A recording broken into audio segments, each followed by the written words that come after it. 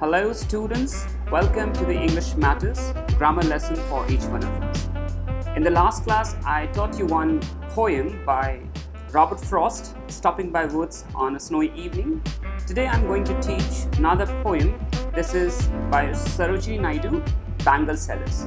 Now before I start the lesson of the day, let me just give you this information quickly that there is a book written by me on grammar lesson which will be a great help for you in order to understand grammar in a much easier manner. You can buy this book at a minimum price of 99 rupees, which is available on Amazon. I will share the description or rather the link in the description box below, so you can always make a visit and buy this book as quick as possible. So let's get started. Now, Bangle Sellers, written by Sarojini Naidu. Let's learn about Sarojini Naidu. She was an Indian political activist and poet. She was born in a Bengali family, and her date of birth, she was born on 13th February 1879 and died on 2nd March 1949 because of the cardiac arrest. Now, she was called Nightingale of India by Mahatma Gandhi, and right now she is popularly known as the Nightingale of India, as it is one of the greatest questions asked in general knowledge. Now, her famous works include In the Bazaars of Hyderabad, and today we are going to do this Bangle Sellers. Okay, let's get started. Bangle Sellers. This particular poem talks about the Indian women. Okay, especially the society the Indian women live in, and it brings a lot of colors as we come across different description through this particular poem. And I will read the stanza first. This has been divided into 4 stanzas, step by step. So let's start with the first stanza. Bangle sellers are we who bear our shining loads to the temple fair.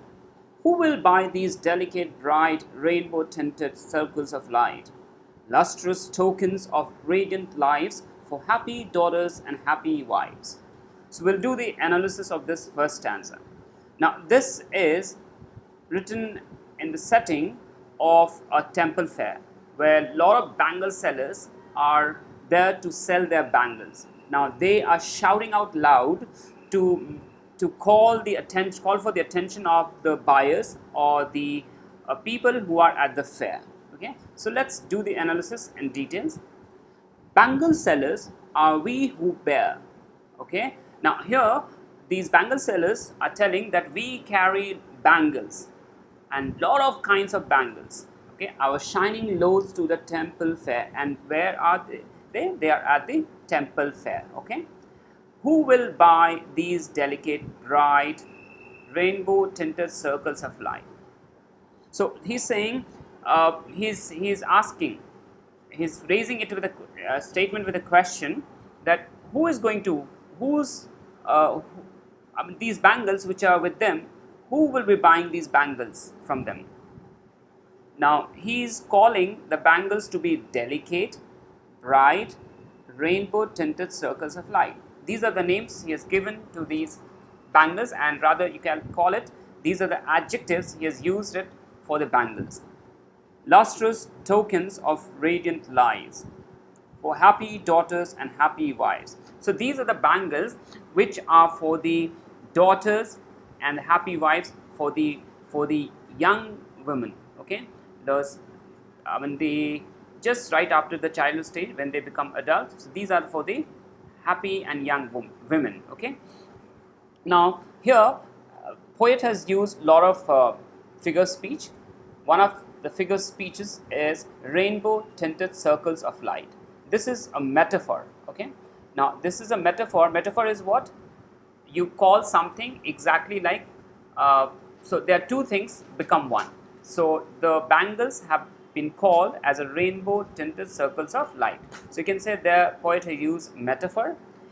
And lustrous tokens of radiant lives. So this sort of bangles is actually meant for the women, which talks about the happiness and the prosperity in their life. Okay, those bring a lot of happiness, lot of kind of reason to celebrate in the life of an Indian woman.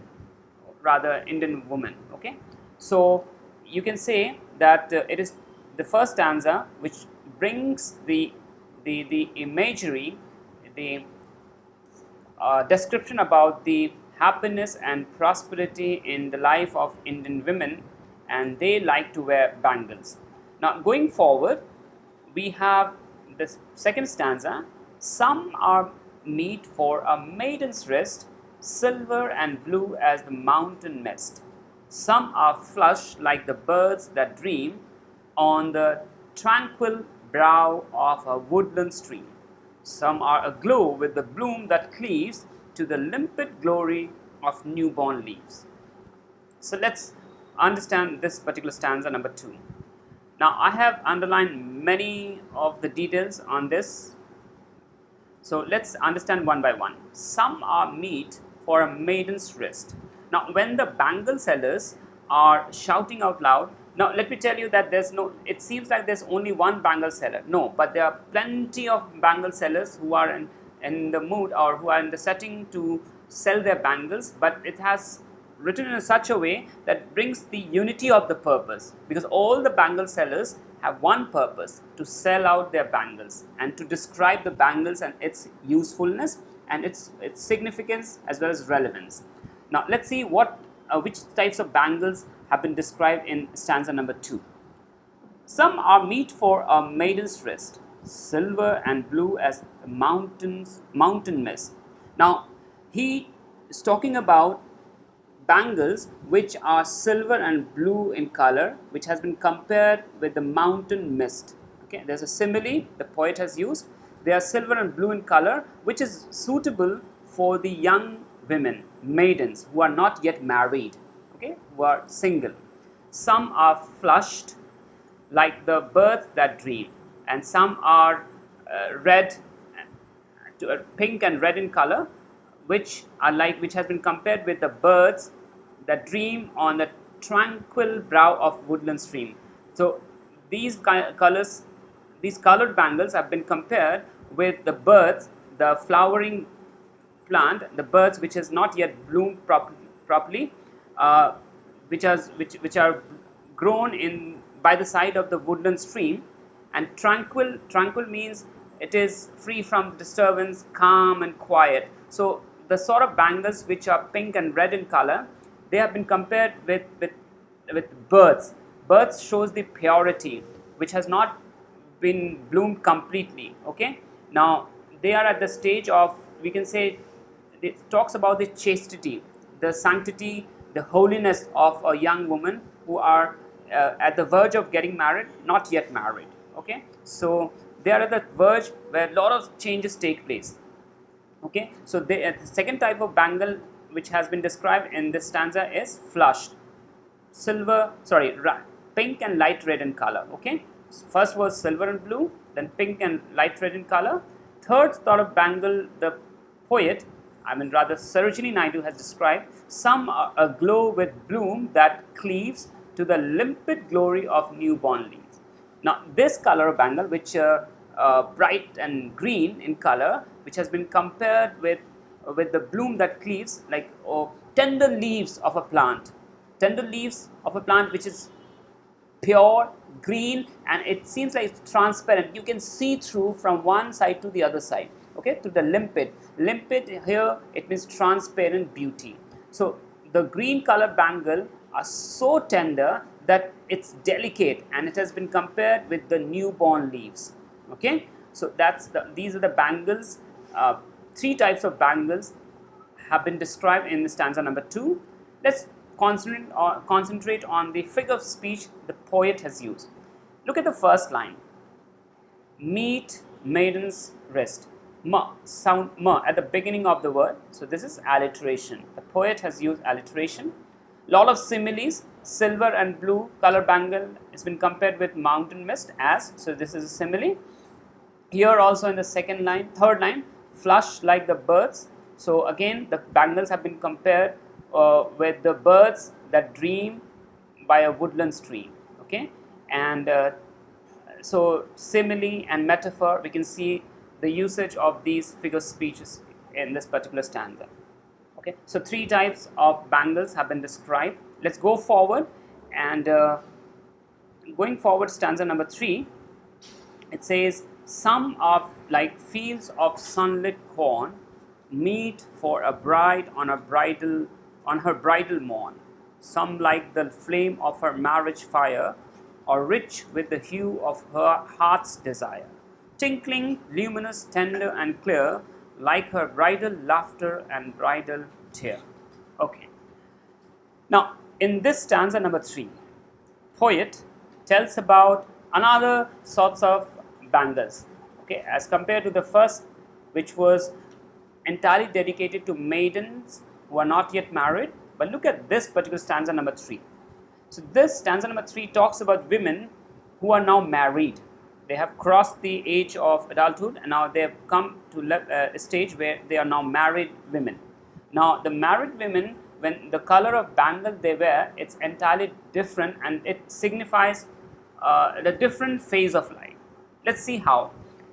The bangles have been compared that some of the bangles are like fields of sunlit corn. They're yellow like the paddy color of the paddies in the paddy field. Okay, meet for bridal on her bridal morn. So yellow color of bangles are worn by the bride on her wedding morning. Okay, some like the flame of her marriage fire. Some are brightly red in color. So red signifies the marriage. So now these women are now getting married, and the married women wears red color bangles of rich with hue of heart's desire. Now she is truly happy, because when she was willing to get married, now she is getting married. So definitely there are a lot of excitement as she enters a new life. Okay, tinkling, luminous, tender, and clear. So the bangles which are described for the married women, they are tinkling, luminous, sparkling, tender, and clear, like her bridal laughter and bridal tear. Now here there is mixed emotion. Bridal laughter and bridal tear, it means now the young woman, when she is married, she's going through different phase of life. It means she is leaving her father's house. So there's a separation. That's why bridal tear. Now when she is entering into a different phase of life, being with her husband, she's happy to have husband in her life. So that is called bridal laughter. So bridal laughter and bridal tear, these two signify the leaving of her house, father's house, and entering to a new house which belongs to her husband. So there are 2 stages which has been described by these 2 terminology, bridal laughter and bridal tear. Okay, and let's look at the figure speech. Of course, line number 4, poet has used alliteration, the repetition of this consonants her, h, hue, her heart, or rich with the hue of her heart's desire. So repetition of consonant sound, alliteration. Now definitely simile has been used. The bangles have been compared with the yellow color flame, the yellow color fields of sunlit corn, the brightly red color, the fire, the flame. Okay, and the rhyme scheme, if you look at this, corn, morn, fire, desire, clear, tear. So it goes with F, F, G, G, H, H. So that's the rhyme scheme of this particular stanza. Rather, entire poem follows the same pattern of rhyme scheme. Starting from the stanza number 1, it was AA, BB, CC. Second stanza reader, DD, EE, FF. Okay, and okay, so I have to make a quick. If you look at the first stanza, the rhyme scheme was AA, BB, CC. When going forward, second stanza, so I have to make a change here. It will go forward like DD, EE, okay, FF. Then third stanza will start with GG. Okay, so let's go forward. Third stanza, I'll make a change quickly here. Sorry for this delay. I have to make a quick correction. So look at this. So now the rhyme scheme has become GG, HH, II. Okay. Now going forward, that will be the last stanza of the poem. Some are purple and gold flecked grey, for she who has journeyed through life midway, whose hands have cherished, whose love has blessed, and cradled fair sons of her faithful breast, and serves her household in fruitful pride, and worships the gods at her husband's side. Okay, let's concentrate. Now, this is the last stanza of the poem. So that concludes the entire essence of Bangle Sellers. Now says, some are purple and gold flecked grey. Okay. Now, this particular stanza tells about the stage of life of a woman or women in India. Now, they are quite experienced. They have grown old, and for the old women, what sort of bangles the bangle sellers are selling? They're selling purple and gold flecked grey. So for the old and mature women, the purple and gold flecked grey bangles suit the most. For she who has journeyed through life midway, it means she has got quite a number of experience of life, whose hands have cherished, whose love has blessed. She has done a lot of work for the family, and she has shown her loving kindness to many people through the journey of her life, and cradled fair sons on her faithful breast. And she has really nursed her sons lovingly and enable her children to grow into an adult, okay, and serves her household in fruitful pride, and worships the gods at her husband's side. And she has really given her best to serve the household, the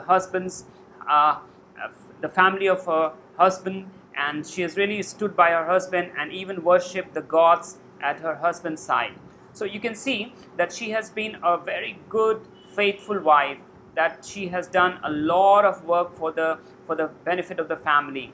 And Sarojini Naidu tries to emphasize on this particular line, sons, where in the then society of India, it used to be a male-dominated society, where the importance of a male member was considered to be immense. Okay, so that's why everybody in the family would expect that the child born in the family is always a male child.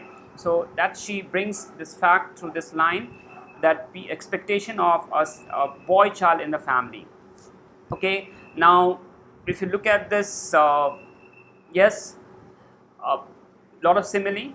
Bangles are being compared with gold, purple and gold flecked grey, and this particular stanza brings out the quality of a mature woman, the qualities of a good wife, and that's it. And if you look at the rhyme scheme, so it will be J J